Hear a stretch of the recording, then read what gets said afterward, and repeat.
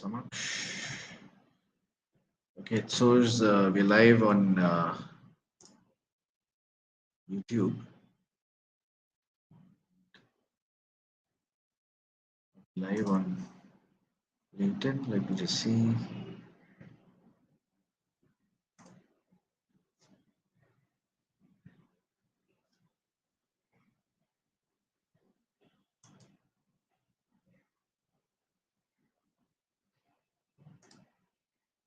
There's some buffering. Yes, I think we're live on both YouTube and LinkedIn. And there'll be a slight lag. Yes. So we wait for a few minutes until people join us. Just saying we're live.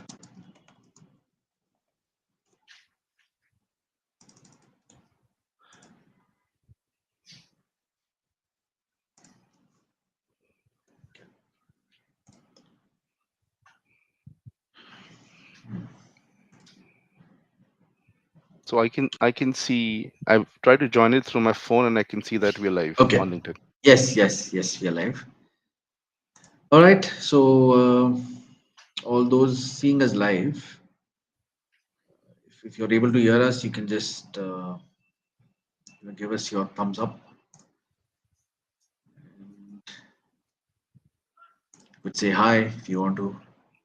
In about a minute, we'll begin with short introduction, and then we deep dive into Gaurish's journey.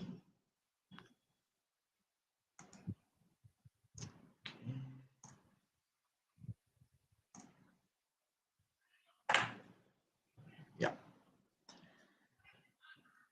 Okay. Give me 30 seconds, and we begin. Yeah.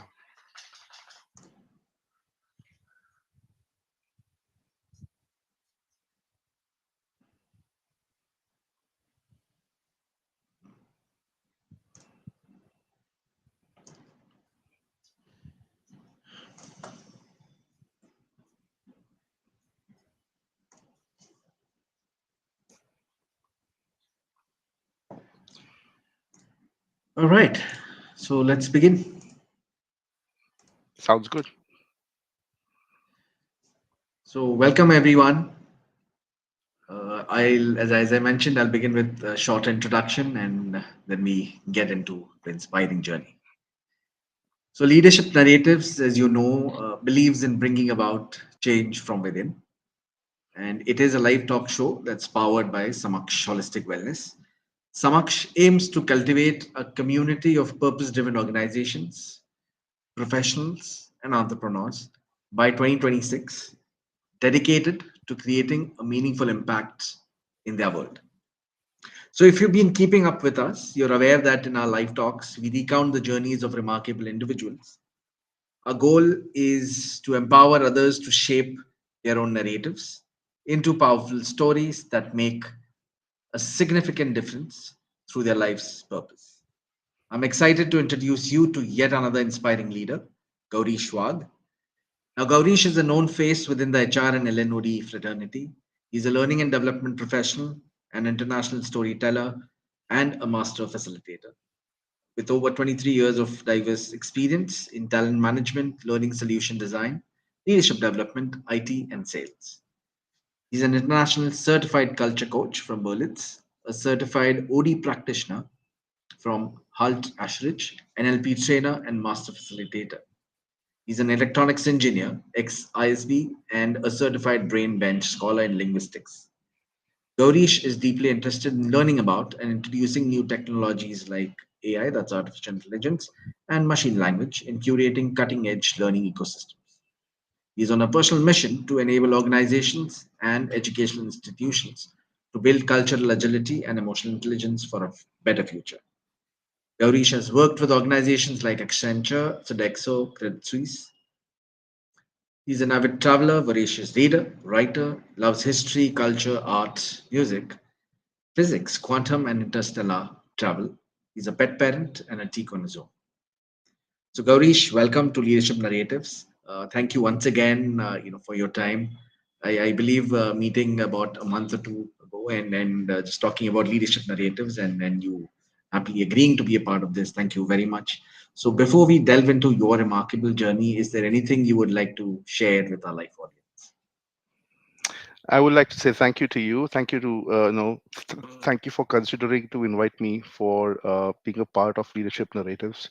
I think it's Right, definitely a privilege being here, and to Samaksh for powering this wonderful series of podcasts. And I right, really appreciate the opportunity for people like myself that you've been inviting over the last last few months or last few years or so. I think it's a great opportunity to connect with everyone live, share absolutely. personal journeys, and I'm quite excited to what's in store for you. So Right, let's get started. right. Yes, absolutely. All right. So the first question is obviously my favorite and everyone's favorite. So Gaurish, what's your story? Could you kind of provide a brief overview of your journey, what you enjoy doing, and how do you stay aligned with your life's path? That's a great question to start with, and I think long time back, I've heard from someone, which was a very good learning for me, is that there are no accidents. Right. And then I also got to know that life is full of accidents. So so Right. those remarks Right. was so Right. sorry, yeah. Right. So those Yeah. remarks were so contradictory, and I think Right. my life has been a bit of both, Hmm. so it's to give you a few highlights of my life story without being sounding too boring, No, is no. I followed the footsteps of my father, and then I looked at my brother who pursued their engineering in different Hmm. disciplines, mind you. So we are Right. engineers, but Right. who have pursued different disciplines. So that was no accident, right? So Right. it's like, okay. And then it so happened that my brother and I happened to be in Hmm. the same junior Hmm. college, and Right. happened to be in the same engineering college. That Hmm. was no accident itself. Right. um, but what happened later on that made me, that the way that you graciously explained and introduced me as an Illinois Hmm. professional, Right. was by accident. I've never really planned to Okay. be that. I've done my engineering. I did Right. my diploma in advanced computing from this institute called a CDAC, which is a government Hmm. accredited institute. I was all Right. set to be a software engineer and do all that. Right. And accidentally I got into this field, and I would say I've been always questioned about, hey, you're an engineer, you've done Hmm. your, you were all set to be there. What made you move into the field of HR and learning and development? Correct. And Right. I would say the answer to that is, I think it was accidental, it was circumstantial, but I'm very happy that I got into it because, as I say, everyone needs to discover their mojo, their passion. And I really enjoy what I do. It's been Absolutely. over two Absolutely. decades, and I think that's been my life story. It's Hmm. been full of ups and downs, as I think as most of us have. Right. Right. But I enjoy what I Correct. do, and and that's, I think that's the reason why I'm here talking to you today and with everyone live. Absolutely, absolutely. Yeah, yeah, absolutely.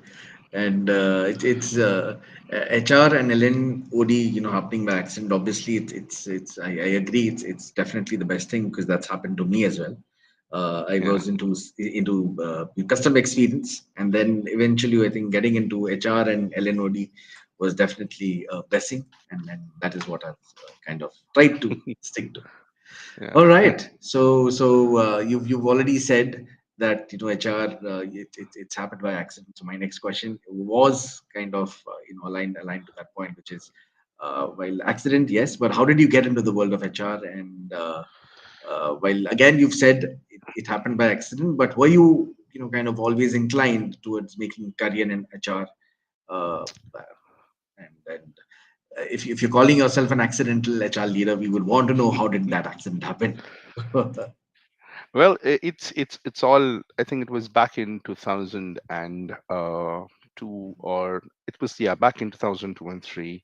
Well, I was really searching for a job, as simple as that. Right, Out of work right, engineer, and right. 2002. We know that 2000 onward, 2000 onwards, there was a boom of call centers in India, and there was, which means they was to pay a lot of money.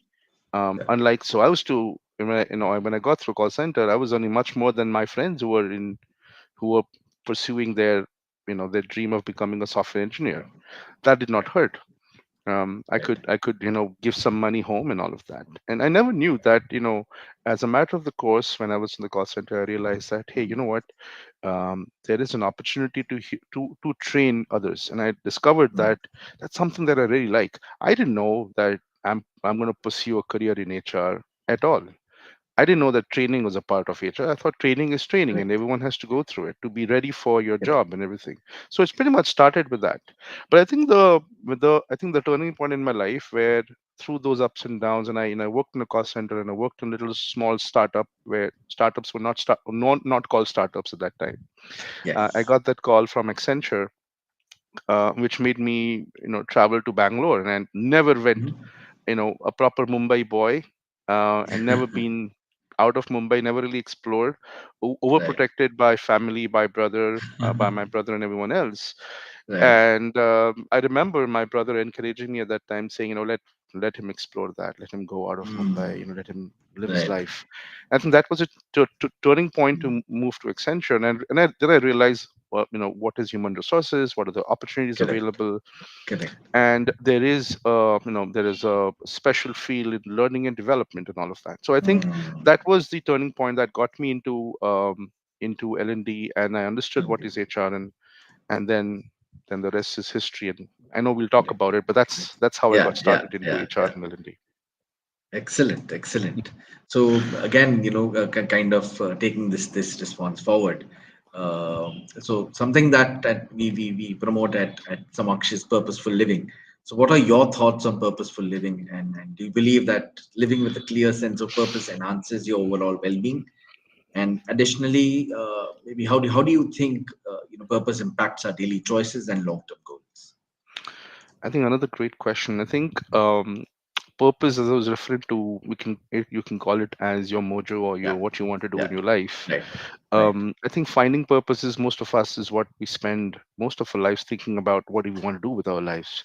And I'm really, I think it's amazing that I think Samaksh really endorses and embraces that uh, particular, I would say the whole essence of life here. right, And I right. think finding purpose is never been easy. Like you said, Yeah, it's a bit of both. It's about finding out correct, what you really want to do. But I think what's really helped me is learning through experience, and really talking with people who have more visibility, more experience. I really appreciate to talk with anybody. It doesn't have to do with age, actually, or with yeah, any kind of experience with anybody is really important. right, But I think absolutely, thinking clearly is something that I would recommend strongly. That some people are born with that talent, that they just know what they want to do. But for those who really are trying to figure out, just giving yourself that extra time to, and investing energies and time to correct, speaking with people, figuring out how do you think clearly. Because when you start thinking clearly and give yourself right, that extra time to figure out what you really want to do, and it doesn't have to be for life. It can be, what you want to do this year, what do you want to do this month, what do you want to do this week. You can break it down as well. That helps you slowly but surely figuring out what you want to do, because we don't know what's going to happen tomorrow. absolutely, So you can't really prepare for what's going to come in the future, but you can start correct, anticipating and figuring out, and correct, maybe preparing for that anticipation, maybe. So that's one absolutely, way of figuring out your correct, purpose, I feel. absolutely, absolutely. And I think you're absolutely correct with that, because what I also believe is obviously focusing on the present, doing what you love doing, learning from your past, learning from your mistakes, and focusing on the present, and that is where it takes you towards a path that you've kind of and sometimes the path just opens up, right? With that. It does actually. I think Does, yeah, if you just give yourself that opportunity, I feel that most of us sometimes live in self-doubt.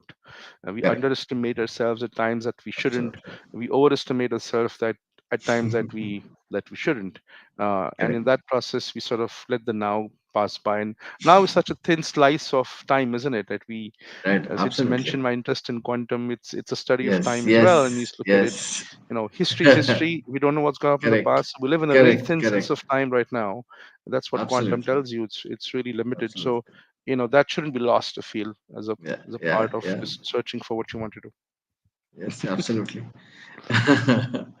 Right. So, so yeah, you've mentioned about engineering. You mentioned about getting into HR, but and talking about calling in life. So, when did you realize your calling in life, and how did that happen? Well, you've mentioned it in brief, but let's kind of expand on I think the calling in life has been off late. I don't think it's earlier, because I think things like getting your life in order, working through all the constraints and challenges in life, really it. Yeah. can break an individual.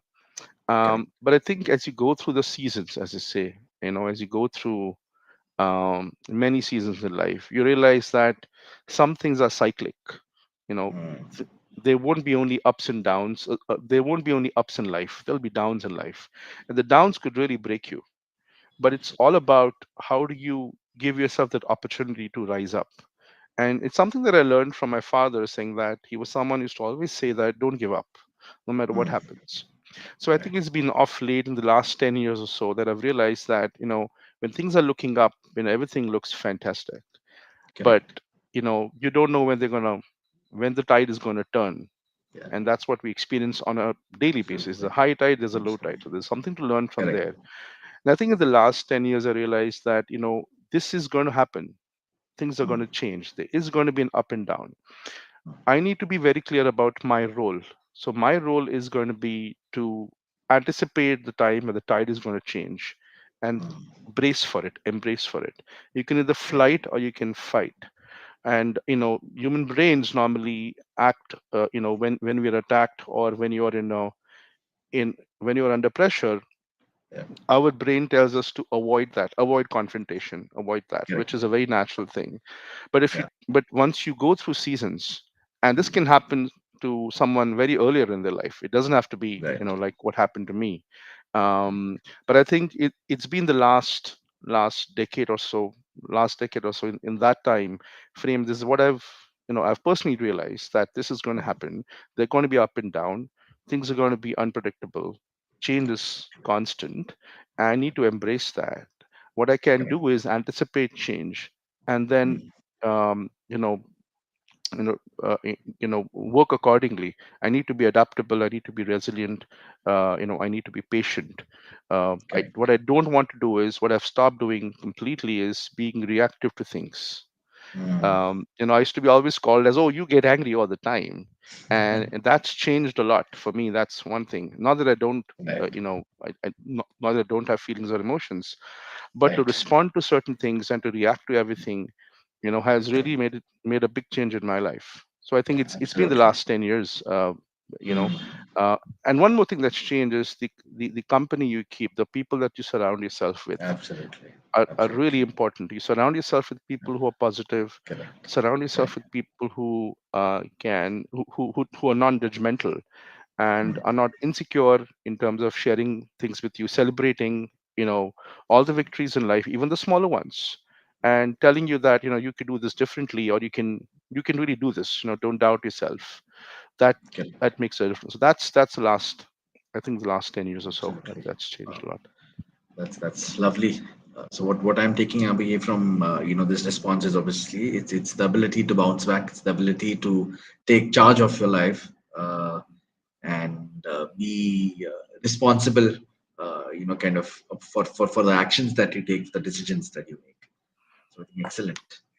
Right. Yes, absolutely. I think Yeah. taking Yeah. accountability for that really, Absolutely. gets that. We talk about being mature. It really makes you that mature individual, that you stop reacting to Correct. things. And I think Correct. learning Correct. from people, learning from your environment, to see how people do things differently. Um, learning by experience, like we say, experiential Absolutely. learning in the field of learning and development. It really Correct. applies to us in our day-to-day life. So, I'm a big Absolutely. supporter of, you can call it a hashtag, lifelong learning. Right. Right. Absolutely. Absolutely. Yeah, and Mairesh Chandarkar says, completely agree to this, sir. So with whatever you've said, thanks, Mairesh. Thanks, Manish. Glad Yeah, that thanks for response acknowledging resonated with you. Okay, so yeah, so I think now we get into now that we've kind of heard your story, how it's been. Now getting into some of the interesting things that found Yes. about you. So connecting it to your LinkedIn headline, which definitely I found it intriguing, especially the title "Professor of Practice." So I'm curious, professional commitments with your academic endeavors. No, it's not easy, and I think it's an opportunity. I'm always interested in being dragged into, not dragged into, I would say dragged into in a positive way, but not in a negative way. Right, I've always right. been attracted and affiliated towards academia, and I think that's what got me started. And I feel Yeah. that the opportunity to to collaborate, to learn, and to work with professors and students across our Right. country, across our wonderful country, has been an amazing experience Mhm. for me, especially in the last 18 months or so. Oh, Um, wow. and the whole title of professor of practice sort of just landed onto me when I didn't know that this Mm. existed. I know that I must thank the government of India for um, I think for uh, I think for sort of providing this opportunity and recognizing professionals like myself who Mhm. really want to make a difference, who want to contribute. And so, folks like myself, I don't have a Correct. PhD. I want to share Right. my Right. experience. I want to share my knowledge. So they said Right. that, why not? Why not give opportunities to individuals like myself who are Mm. committed to give, or let's say committed to give enough time every week, Absolutely. a few hours every Absolutely. week, that could help in terms of, enhance experience, make our Mm. students, fit for future, fit for career. Correct. Not that they are not Absolutely. getting enough from their college. So I think Mm. that's what really was very intriguing. And I know that Mm. this happened last year where I was trying to pursue my PhD, and I was working with a college. Wow. I would like to not name that college, but a college in Right. Jaipur that Right. perhaps was saying, oh, hey, this sounds all good, and why, do you want to consider this? And I'm like, yes, absolutely. Mhm. And this sort of landed onto me. Right. And I think that's what really made me do that. The whole concept of balancing Mm. professional life, personal life with this is about Correct. setting your priorities straight. That's what I firmly Absolutely. believe. And if you Absolutely. really want to do this, you'll Absolutely. set your priorities straight and you'll manage it. Correct. It does get um, a little hectic at times, but I Right. think the more you plan, that's what I do. The more I plan and the more Mm. I say that, no, I can do this, I back myself up. That's what I do. I Mm. back myself up. And Right. that resilience and tolerance that I was mentioning some time back Correct. really Right. comes of use. And Yeah. there are days when you get surprised and you're just Mhm. exhausted at the end of the day. Yeah. But Yeah. before you sleep, you're like, Correct. hey, I could do this. Right. I didn't do this before. I could do this. And so Mm. while the title sounds quite exciting and you're like, yeah, you're a professor and all of that, the Right. Right. actual experience of Yeah. learning from students, learning, working with professors who are brilliant, Mm. by the way, across our Correct. colleges in the Correct. country. Correct. Correct. Um, it just life changing, I feel. Absolutely. So that's how I go about doing that.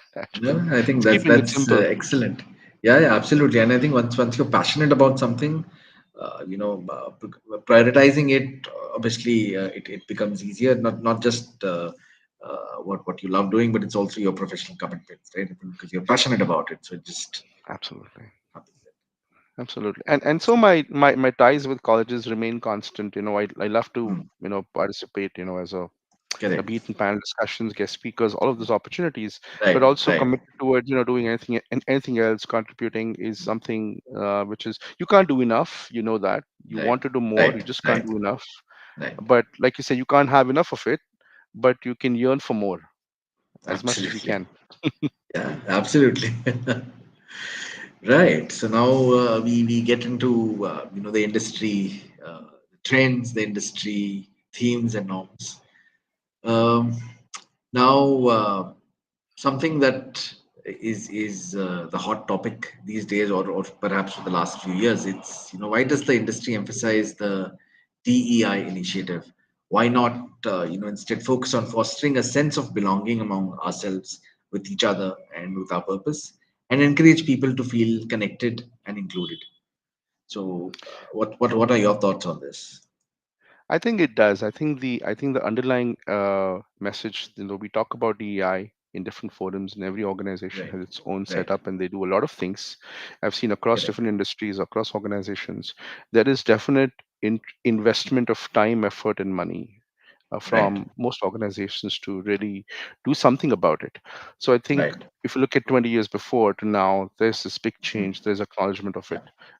Things have evolved a lot, but I think the underlying message is to create a sense of belonging. I don't think mm, that's not there, though maybe it's not mm, called out, as much as it mm, perhaps should be. correct, Uh, correct. but I think these are times of change, and I think that will Mm, eventually mm, be. So when you look at DEI, when you talk about diversity, most right, organizations talk about, hey, we need to get the gender diversity. When they talk about diversity, mm, they mainly talk about gender diversity. That's the forefront. And correct, then you talk about other kind of diversities, like correct, experience and right, and a lot of other kind of diversities, and we can yeah, talk about that as well. But I think they also right, talk about inclusion, mm, where there is a lot of focus on diversity. I think the change that's coming in is also that there is a uh, that focus is also now inclusive of inclusion, because mm, the sense of belonging really comes from inclusion, not necessarily absolutely, diversity. absolutely, So I think the focus on inclusion is now increasing quite a lot, where in terms of, let's say, opportunities mm, for differently abled, for opportunities correct, for people with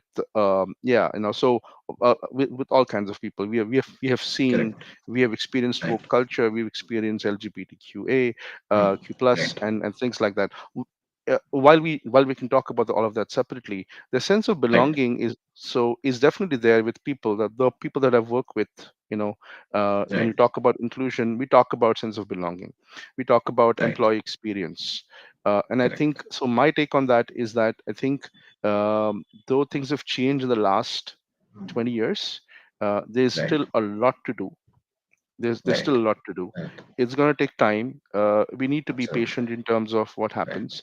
It's happening in pockets. There are mm, some mm, organizations who are doing it really well. There are some organizations who are right, catching up. So we are correct, playing catch up. And I right, think the more I think the proof of the pudding would be what happens in the next 10 years.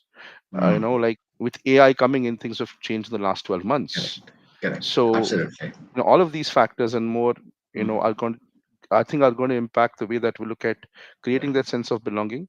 It's definitely correct, there, but I think it needs a mm, little time for it to be ingrained, and be a charter that the CEO yeah, of organizations will look at. mm, Start look at, not that they're not taking it seriously, but I right, think it sort of right, starts featuring in the top five, if not the top 10, the top mm, five sort of absolutely. priorities that they need to look at. Absolutely, absolutely. So what we are seeing is, obviously the future looks good. We are Yes. definitely moving into a space where, belongingness is the underlying message, and we'll definitely kind of get to people. The reason for putting forth this question is, because personally my beliefs are that, we belong to ourselves, we belong to our purpose, and we belong to this universe. And if that is the message, each one of us tries to remember, tries to embrace and Yeah. practice, I think we'll eventually move into a society where, everyone is accepted and everyone will feel True. belong. Yeah, True. And I spoke about the last 20 years. We know that human history has really influenced the way that we look at all of this DEI. yeah. Right, It's not like it's not been right, existing, but right. it's taken us time to start talking about it, in different Mm, forums, in different global forums, or right, especially global forums. And I think that correct, change for that is happening, but it's slow and steady because it involves people.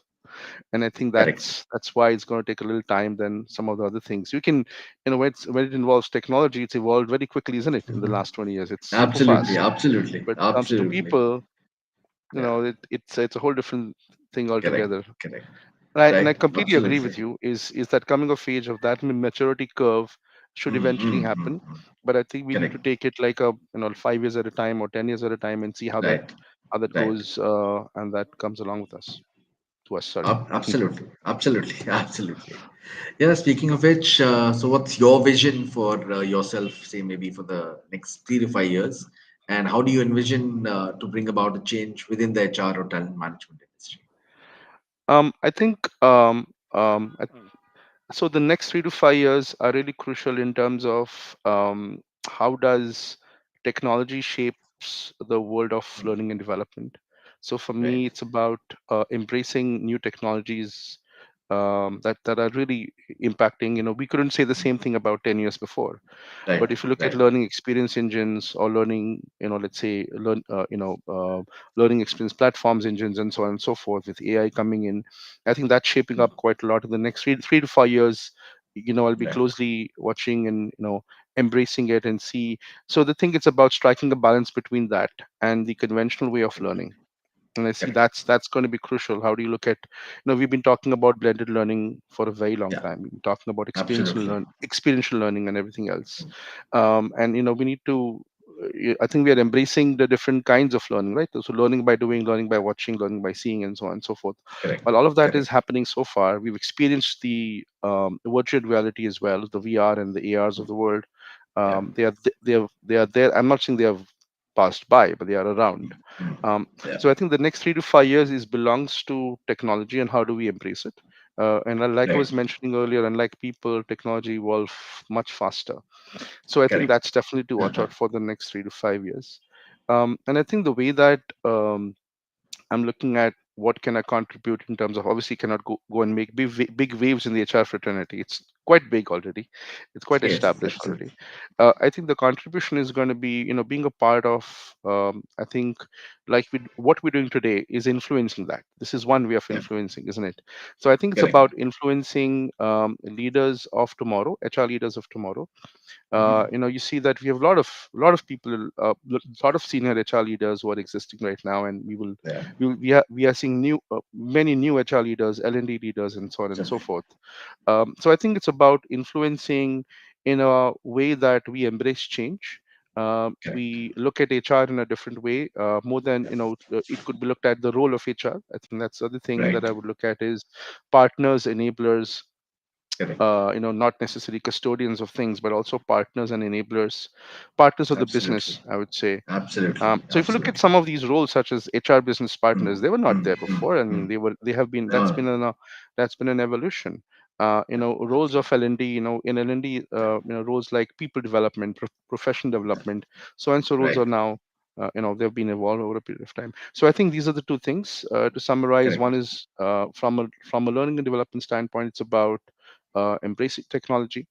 I Mm. wanted to mention effectiveness and all of that, but that's a debate which is a separate debate altogether. So I Right. don't want to touch Right. that in Right. L&D Right. Right. from yeah, because that's a very Right. L&D specific topic. Yes. It's a Absolutely. topic where you can go on and talk about, Yeah, and then absolutely. it's Absolutely. as good as going for a like it's as good as searching for a new king, and you'll take forever to figure that out. And then I wanted Absolutely. to Well avoid any said. kind of religious comments. And then Yes. the second thing is about I think influencing the HR fraternity through different networks, events, Mm. which are Yeah. increased tenfold, isn't it? After COVID, Correct. Absolutely. everyone Absolutely. you find so Absolutely. many events. I think Yeah. opportunities to network and influence each other to make a better Right. HR, to make the HR world or the HR fraternity even Correct. better. I think there's a I know these are Correct. high levels, but this is Yeah. the Yeah. like you asked for a vision. Absolutely. That's the next 3 to 5 years Yes. plan. Yes. Yeah, that's an excellent vision to have. And as you rightly said, HR as a function, obviously, over the last 10, 15 years has evolved. So I got into HR, I believe, in 2012, and since then, obviously, there's been a change. And what I love about HR as a function is now people are actually looking up to it, and it's actually people are seeing it as it's a link between people and business, and a powerful function at that that can definitely transform the way people do business, transform the way people grow and evolve. Excellent. Absolutely, absolutely. I Yeah, mean, it's yeah, I mean, HR has definitely had a permanent seat at the table now for yeah, any yeah, yeah. any CXO. level. But I think the role of HR is going to be even more important in the times to come, where we're looking Correct. at building efficiencies, being more cost sensitive, introducing new technology, investing in learning, all of that. I think Absolutely. it's going to be even more important in the times to come. Absolutely. Absolutely. Right. All right. So, now one question that I love asking people is, about the debate or the tussle between ahankar versus Atma Vishwas, right? So I've generally seen people getting swayed by titles and getting embroiled in that ahankar versus Atma Vishwas tussle. So Correct. maybe, Yeah. if you could, enlighten us with your wisdom on how we as leaders or empaths can make this world a better place and as people in shedding their egos and arrogance. I think that's a very important point. Also very sensitive and sometimes Yeah. underplayed. I feel, Yeah. where you sort of covered that at times. People try to put it under the carpet, saying, "Hey, there's nothing like that." But I'm with you in terms of that. I think ahankar and atmavishwas are two. As you say, this is an important paheli, if I may put it across that way. Yes. Yes. I think ahankar is again a very natural. Like I was talking about, our brain thinks in a particular way. Yeah. So ahankar is all about power. We are seduced by power. Now you would get, Yes. the moment you get the decision making ability, the Mm, moment you get, power is influenced by position, by mm, money, and so on and so forth, right? People working for you, so you know that correct. you have authority. So once you have authority and you have the Yeah. decision making ability to tell people to do things in a way that Mm, you want them to do, ahankar starts building up. And I think correct. it's a little contradictory, because that means that you're actually going against the human nature. Mm, And because ahankar is like, oh, it's not good to have an ahankar, it's not good to have an ego, it's not good to have so much of pride that really can right. make you a different human being than what you perhaps would want to be. um, so I think from an ahankar perspective, I think it's more about looking inwards, and there are different ways that people look at it. People meditate, people do all sorts of things to figure out what is their inner core. You Mm, have amazing programs right now, like the Indian engineering program and a lot of other mm, things where you can really look at. So it's more about yeah. introspecting than extrospecting. Right. So that's what really helps Absolutely. you to figure out who you really are. And Absolutely. if you look at in the corporate world, in the leadership world, it's the world is the word that really talks about that is humility. How do you build Mm, humility? Unfortunately, it is not a skill, so you really can't find a training on how to build mm, humility. You'll not normally yeah. not see that in most of the training calendars. It says, Right. oh, we have a training on building humility. That's not going to be there, Correct. because Yes. it's like, Absolutely. oh, I don't know what that is. So I think it's up to individuals, how do they practice humility on a day-to-day basis. Mm, What's worked for me correct. is that, from and humility also is a part of your growth, right?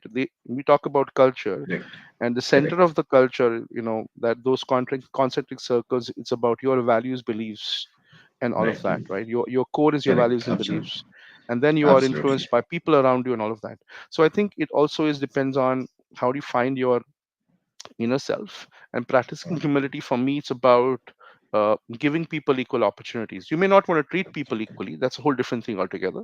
You want correct. to treat Correct. people on merit, maybe, but that does not mean Yeah. that you're looking at disrespecting anybody, no matter who they are, no matter what perspectives they have. It's about that. So I think, like from Stephen Covey's, it's about listen to Mm, it's about listening to understand than to respond. right. That's Correct. one skill that Absolutely. perhaps if you can build, you'll be able to. Yeah. And I think the second part of Atma Vishwas, self belief, when I was mentioned to that, Yeah. we normally underestimate self. We normally start with that self doubt, saying, perhaps I'm Yeah. not looking good. When you look in the mirror in the Correct. morning, you're like, you want validation from people Yeah. saying that, hey, you're looking good. Absolutely. That was a good presentation. You did a good job. We're looking Correct. for Abs- validation. Even as a correct. facilitator, there are people in the room when I'm facilitating. If someone's nodding, it makes you feel good. Mm, That's a correct. validation. Absolutely. Absolutely. Um, yeah, but I think it's also about going beyond that. It's about backing yourself up, and just telling yourself that, I could do this. I could do anything if I really want to do it. It takes Correct. practice. It takes a lot of time. And like you said, what was that change? That turning point was the last 10 years or so. It's not like it wasn't Mm, existing, but sometimes you correct. got to tap into your power Yeah. and tap into yourself. That will help Mm, you unleash who you really are, and that builds that absolutely. atmavishwas. That Yes. builds atmavishwas over a period of time. So that's Correct. my story about. Ankar and Atmavishwas. Excellent. Because I think, as you rightly said, it's about being aware of what is happening inside, being aware of what's happening around you, and most importantly, it's about believing in yourself and believing in whatever that you're doing, and creating a path for yourself. Excellent. Well put, Yes, Gaurish. yeah, Well put. that's what's worked for me so Yeah. far. My Right, right, friends. right, right. I think that reminded me of a story where me and my boss we just began with the competency-based learning and development programs, and there was this Yeah. leader. He was like, I want you guys to create a program on humility for my direct report. And I was like, how do you do that? No, you tell me. You guys are the experts. I said, yeah, but how do it's either you have it or you don't have it. You can't just have to just train a person on that.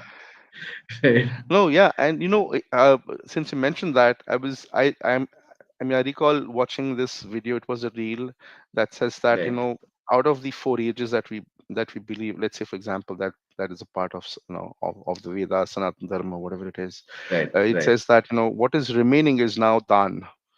Dan is Mm, the only thing that's remaining, which is basically, we still believe in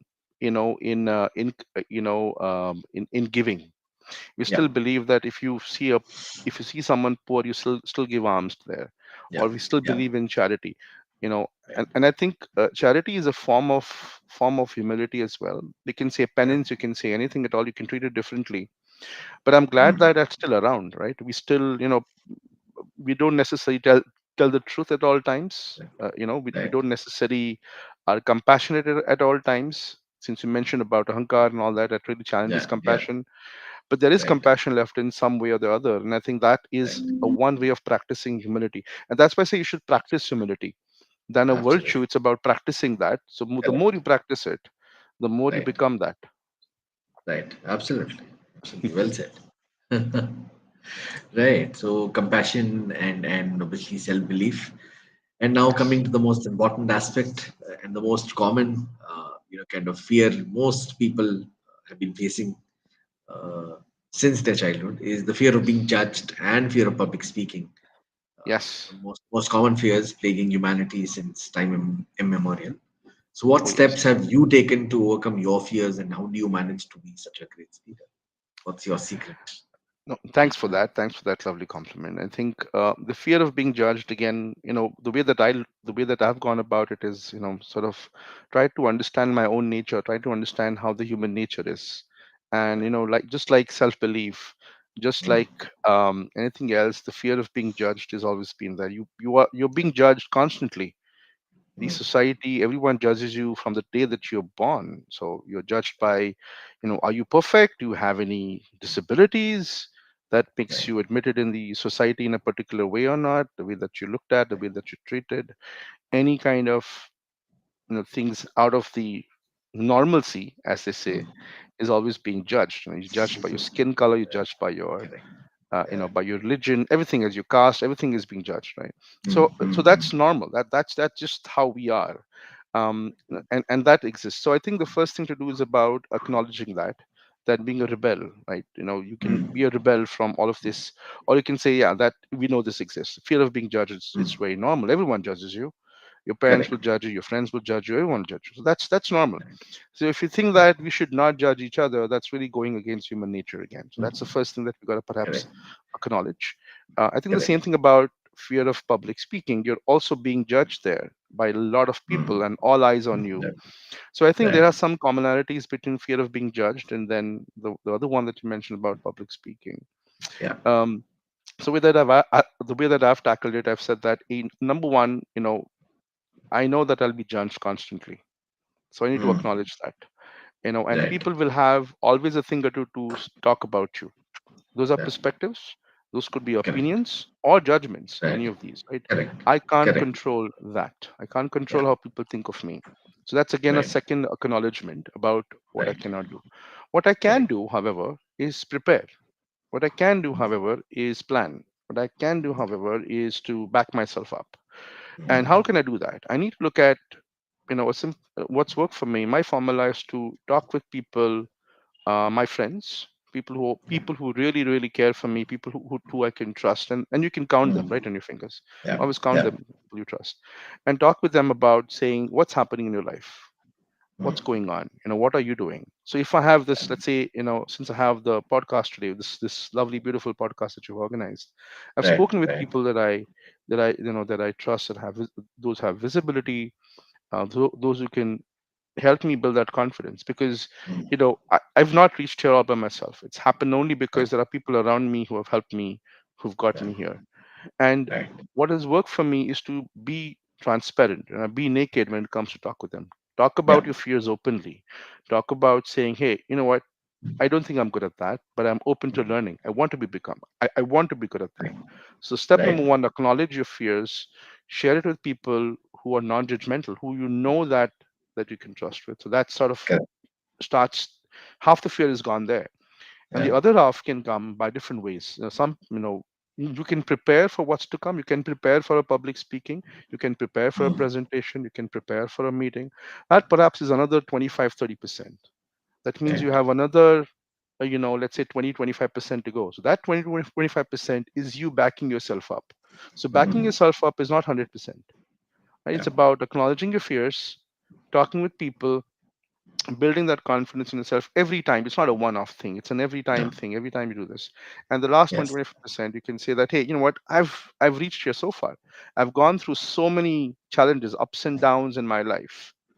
I've Yeah. been able to manage it so far, so I can manage this time as well. So you self-validate than waiting for Right. validation on people. So that's like your tank, that's your 100%. Correct. And that helps you go and Absolutely. just deal with things. So the other one thing I want to talk about is, I always try and remind myself of the times that I was challenged, it was difficult, Mm. things Mm. that were very very difficult to do, and I was able to get over it in one way or the other. So you Mm. can remind yourself Mm. to back yourself in managing those, Right. and that's how you can perhaps tackle that fear of being judged and fear of public speaking and so on and so forth. Public. Absolutely. Yes. Very well explained. So what we are trying to say is, focus on things that you can control. What you can control is your own perceptions, your own judgments about yourself, and also your ability to perform. So practice and deliver. Right? Absolutely. And That's yeah, you can yeah. learn and watch people, Correct. look at people, go and talk with them, proactively reach out to people to build your network. The reason why you want to build your network is because the more you do that, that ability to reach out to people itself will build your Mm. confidence. And Correct. and nobody's going to come and bite you because you reach out to them. You got to Absolutely. reach out to them, and also talk and confess your fears, and really go and get advice from people, Mm. because Mm. people are ready to help. I've seen most people are ready to help you. What they Yeah. need is someone to reach out to them. So if you could do that, take Absolutely. that step, that Absolutely. helps you to build confidence in a large way. Absolutely, absolutely. Well said. So now I think I'll get people watching us asking questions. We already have received one question from One. Mayuresh. Yeah. So he says, I have two questions. The first one is, as per your experience, will AI affect the overall corporate culture, getting jobs for the youth? So, I think we know this answer to this. It's already has been affecting. right. Any change will affect us, and AI is really, quite progressive. It has own artificial intelligence, has own intelligence. So, Mhm. well, I suppose the question in the question is how and what. I think the Yeah. how is answered in a lot way. The technology is evolving. So Mm. the idea about AI is to make things efficient. Yeah. From the beginning of machines that we have learned about machines, the idea of machines is to reduce human effort, but Yeah. it's not limited to that anymore, right? The evolution has taught Right. us is that things like AI or other technologies is not only to Correct. it's not only to reduce human effort, is to make things even better. We talk about convenience, we talk about affordability, we talk about safety. These are really really important. We want convenience in our life. We Yeah. don't want to be inconvenienced now, right? That's why you've got ordering platforms and a lot of other things that are available right now. So the way that AI has started affecting an overall corporate culture is to reduce that human effort, make it better, make it efficient. So that's one thing. And so his question is, what about the jobs? Then it's going to impact jobs. Mm. So we have seen always that when Yeah. things have changed, when we look at the industrial revolution or the technology revolution, whatever it is, jobs have evolved and jobs have changed. So that is really not within our control.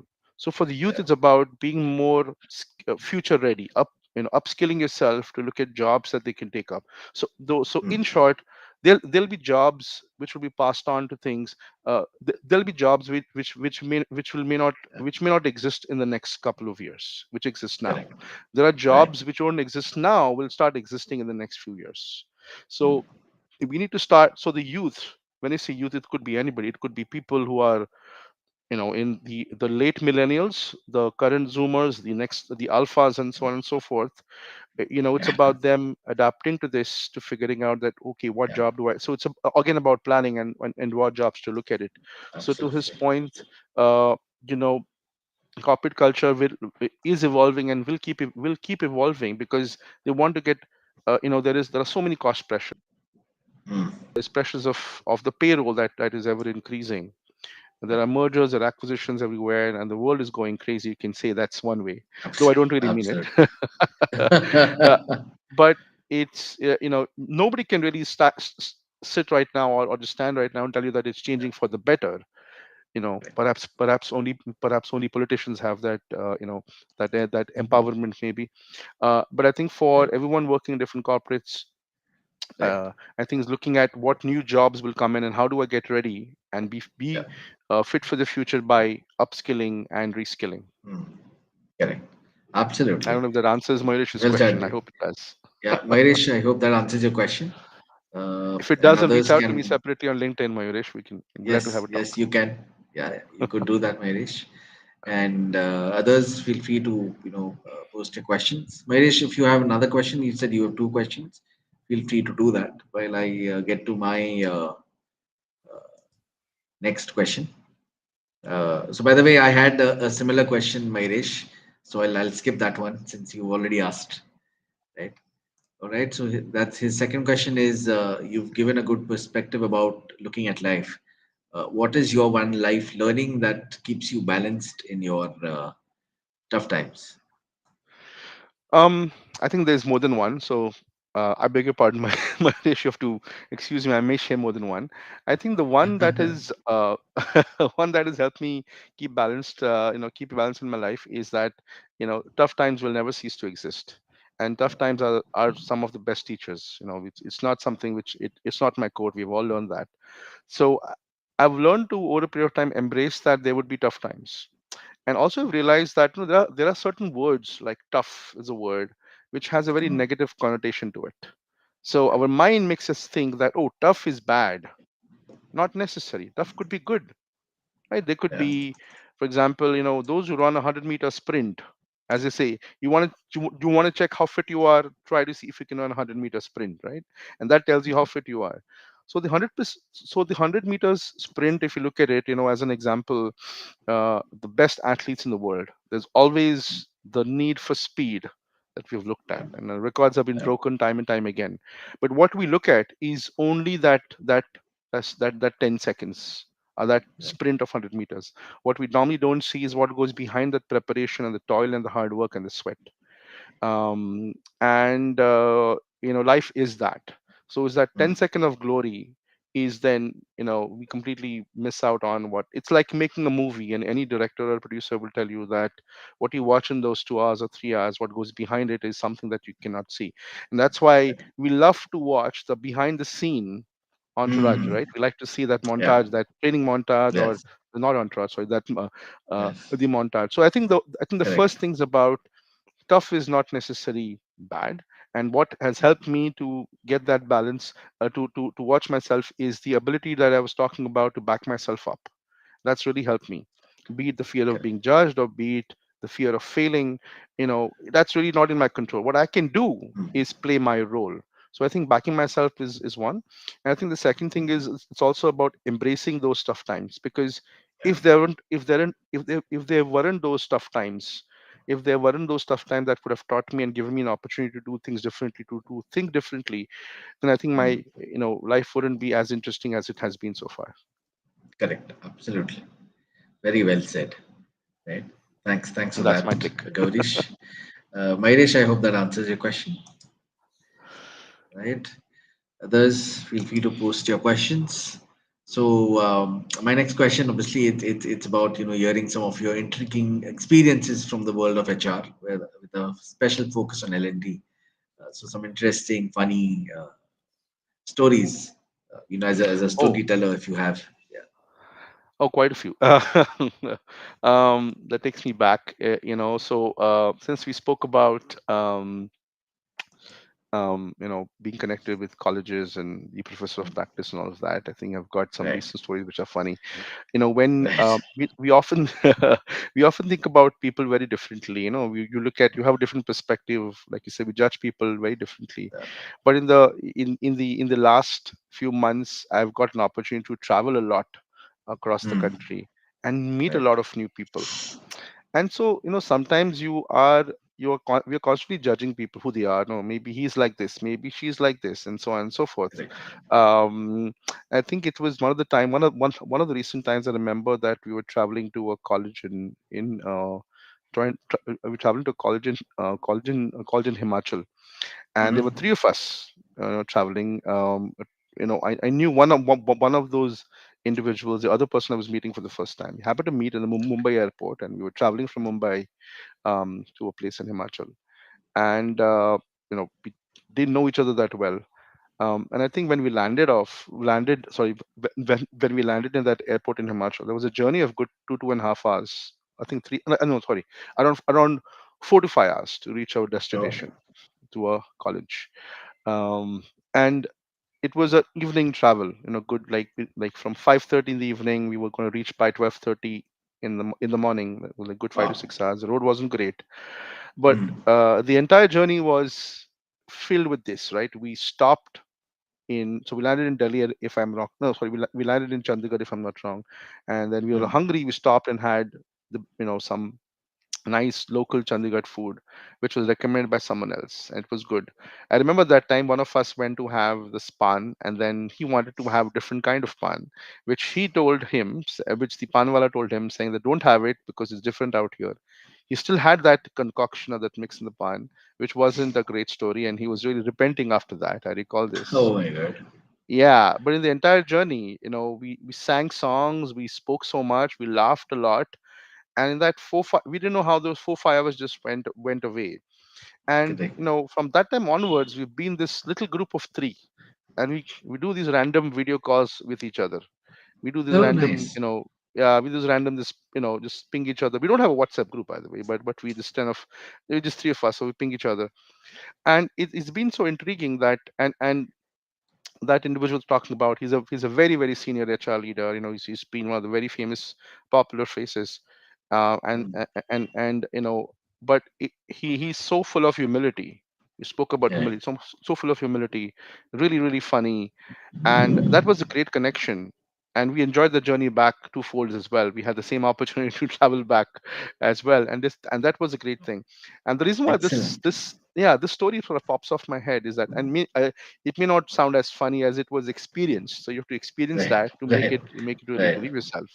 right, Is right, that you get to know people at a personal level, and they're so different. mm, They're so right, different than what you perhaps perceive. So I think that experience really taught me about humility. That taught me about, how simple can life be if you mm, let it be, and right, how can you really meet people, make friends, and they will always influence you.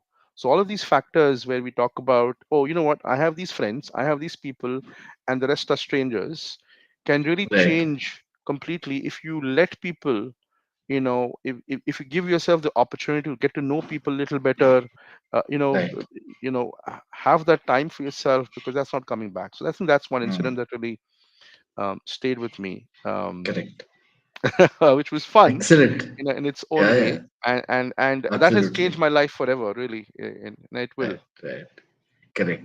And then, as they say, right, the small experiences of life teach you the true meaning of life. Right? Yes, Yeah, it does. It so does. And right, you don't know what's in store, what's in store for Mm. yourself. And I recall this, Correct. that there was a few months when I was doing this job of direct sales, Mm. door to door selling, Correct. sometime back, long time back. Right. Right. I didn't Right. do it for a Right. long time because I just couldn't do it, so I gave up at that Mm. time. But Correct. in that door to door selling, there was one that I learned, is that when you're selling, when you're really, really tired at the end of the day and you still want to meet your target, if you see a light bulb towards the end of the tunnel, don't turn Mm. around. Walk towards that light bulb, and you may figure Yeah. out a whole new door opens for you, which literally did for Absolutely. me many times. So, yeah, that's the other Absolutely. thing I want to share. Well said. Well said. I love that. All right. So I promise I just have 2 to 3 questions and I'll keep it short. So, Yes. so yeah, my next question is, about your personal mission. So we'd like to know about, your personal mission of enabling organizations and educational institutions to build cultural agility and emotional intelligence for a better future. So what we would definitely want to hear more about it. Um, I think that's a great question. I think it's been over 2 decades, and I see things differently now. And my pursuit Yeah. now onwards is going to be trying to contribute as much as I can. So more than looking at for myself and what I want to do, I would like to contribute Right. towards what I can, do for, let's say, organizations that I work with, Correct. how, to people Correct. that I work with, let's say, be it in my team or my stakeholders or whoever they are. Mm. It's basically looking at perspectives and perception. So I'm going to move from a perception to a perspective, because when I look at Mm. when you look at perception, it's about looking at yourself and what others think about you. Absolutely. That's still you in the Absolutely. center. Now what I've started, my journey's always started some time back, is look at perspectives, which is looking at Yeah. others into focus, and not me into focus.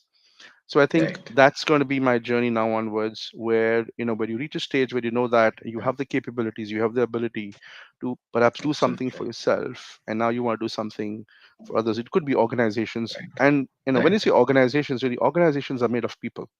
So Yeah. ultimately, you're doing it for people.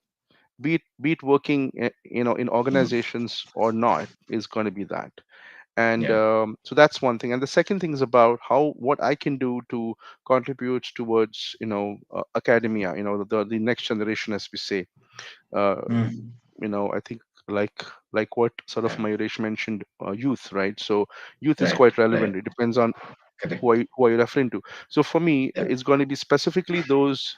So for example, students who are in colleges, be it engineering, MBA, or what have you, looking at what I can do, what is physically Correct. possible, to Right. see how we can influence that, and work with maybe colleges to see how we can influence the way that we look at the whole learning perspective, right? Because we're Absolutely. still looking of age where people graduate, they do their masters or whatever, and they start working, and they have to go through a complete different training altogether, and Yeah. say what you've learned so far is doesn't may not be completely relevant. I think that Correct. has to change at some stage. It's changing now. There is a lot of Yeah. effort now from many people. So I think Mm. that's going to be my personal mission. I don't know how successful I'm going to be into it, but I'm not thinking about success right now. I'm more thinking about the Correct. process, in what I can Correct. do and what is possible at my end. So Correct. I think Correct. that's going to be the next 10, 20 years, that uh, at least the Nice. next 10 years. I can talk about the next 10 years. Yeah. That's Yeah. Excellent. going to become of Thank age, you. maybe. Yes. Thank you. Thank you for sharing that with us and wishing you the very, very best, in this endeavor. Thank you. Of course, you've been a source of inspiration for people. So, and like, many others have a mentor or a source of inspiration who helps us walk on our life's path. So, who Yeah. has been your source of inspiration? I wish there was one. There have been many. I think at different time has been different people from the childhood days. For most kids, it's their father or their mother, their parents. I think for me, it's definitely has been them. I think my father's Right. influenced me a lot. So was my mom, and when I was growing up time. And I think Mm, though my father's not around, I think he's been a big source of information for me throughout. Um, and my family have seen how my brother has really managed his life, and the ups and mm. downs, and what is it. So I think my early heroes have been I think my family, for sure. Right. But throughout the Right. time, I think I think 2 3 people have really carved out the way that I look at things differently. Mm. One was a very senior leader in Accenture, and I've mentioned another forum as well, who really Right. inspired me to think differently. Someone with a big heart, someone Mm. with a lot of knowledge, a lot of passion, and someone with Right. the high risk taking ability. So I think the Correct. whole idea of not the whole idea, the whole perspective of take risks in life, Mm. take people along with you. Don't have Yeah. to really focus on yourself and be big hearted, right? Being big hearted is not Right. easy because if you are it means that you are expressing your emotions and feelings, and Mm. people will judge you more often than not, saying, oh, you Correct. have favorites Correct. or not. And that's a risk you're taking. But you know that in the True. long run, you know what you're doing really well. It's not about Yeah. right or wrong, it's more about what you're doing. So I think that was one individual. Again, I rather want to refrain from calling out names because you don't know Yeah. Yeah. how it come Absolutely. across. Yes. And I Yes. think Absolutely. in the last few years, it's also been a lot of individuals. I think multiple individuals. I think I've been very Mm. fortunate to not just have one mentor or coach or a guru. I think it's been multiple people, Mm. and uh, I think that's extremely important for, I think, people to consider that you need to have a mentor, you need to have a coach, Yeah. and I think it's about reaching Absolutely. out to people for help. There's Mm. n- eh, Right. there is no stake in losing your pride if you go and say, I don't know, tell me how to do this, or asking a Mm. question in any forum to say, I don't know what this means, help me Correct. understand, no matter who you Right. are, at what career level, at Right. what role. I think Yeah. that's really I think these are a few things that I could Right. say. It may not be exactly what you're looking for maybe, but Right. yeah, Right. these have been Right. a few Right. No. mentors or No. coaches in my No. No. life, Absolutely. let's say. Absolutely. I think it definitely makes sense. Right. All right. Now coming to my final question is, Okay. any if you have any words of wisdom or inspiring quotes that you would like to share with Oh, thanks. us. I think I would say, you know, from my perspective, I think keeping things simple is the most important thing to do. It, Yeah. I personally feel that we should never take any pressure at all. Don't take pressure about Yeah. anything. I know it's easier Absolutely. said than done. People say, "How do you not take pressure?" But it happens over a period of time, and it happens through the process of self-belief. It happens through the process of making friends, building your Yeah. network over a period of time. Building network, as what I'm trying to say is, build Mm. relationships, Yeah. build more and Yeah. more Yeah. relationships, because when you Correct. are in the dire strait or tough times, you know that you Yeah. have people who could who could come to who could come to your rescue, who could come to your help. You can't do everything by yourself. Yeah. So I think that's the second bit. And I would say, when I say back yourself up, sorry, the third thing I would say is back yourself up. Mm. Learn to look at looking move from see if you can move from a perception to a perspective. Mm. That paradigm shift, the more you can do, you can see that people are Right. not that bad as they think they are, as you think you are, as you may think they are. Some people, not everyone. And also it Yeah. helps Yeah. you to look at life in a different way. So Yeah. how will this help? Is it will help you to have better sleep at night. It will help you to Mm. have less illness and diseases over a period of time. Yeah. It will help you to live the now, the present better, because such a thin slice of time, the now just vanishes. So I think if you do that, you'll see life can be better. So as I say, ki zindagi badi honi chahiye, lambi nahi honi chahiye. I really Right. believe in that you need to really Yes. live life in its fullest. Right. And Absolutely. I've learned from this sage or guru. One of the sages Mm. and guru that I look at is Mm. not not necessarily the popular one. This is a regular sage and guru, I would say. Is that he said that, if I recall, saying that you need to treat life very, very Mm. simply.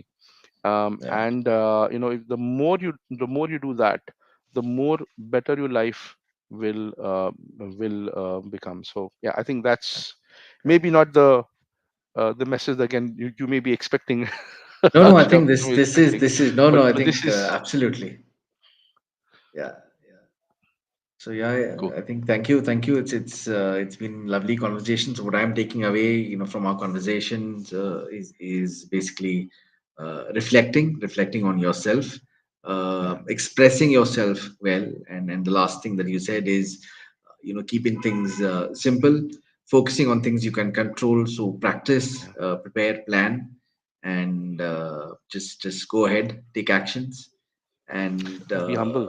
Yeah, be yeah, humble be to humble. see if you can, Absolutely, just absolutely. yeah, just yeah. So as they ask, so sometimes ask things. So what do you think happens after death? And I say Yeah. nothing.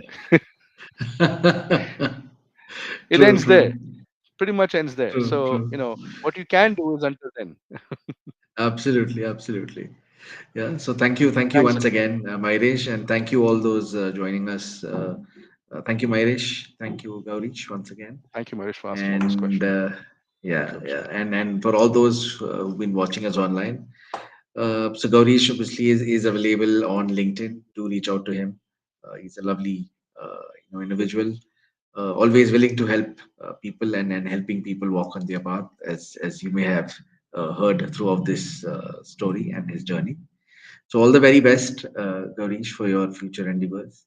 Thank you. And let's keep in touch. And for all those watching, we'll be back again in June. And as you, if you've been following me, the theme this year, the theme for this season is HR, talent management. Uh, so the next leader is also from HR. So we look forward to conversations with her. So until then, just take care and all the very best. Thank you once Thank again, you, everyone. Gaurish. Thank you, Akshay. Yes, Bye thank you bye. guys. All right, Until next time. Thank thank you. you. Bye. Yes, until next time.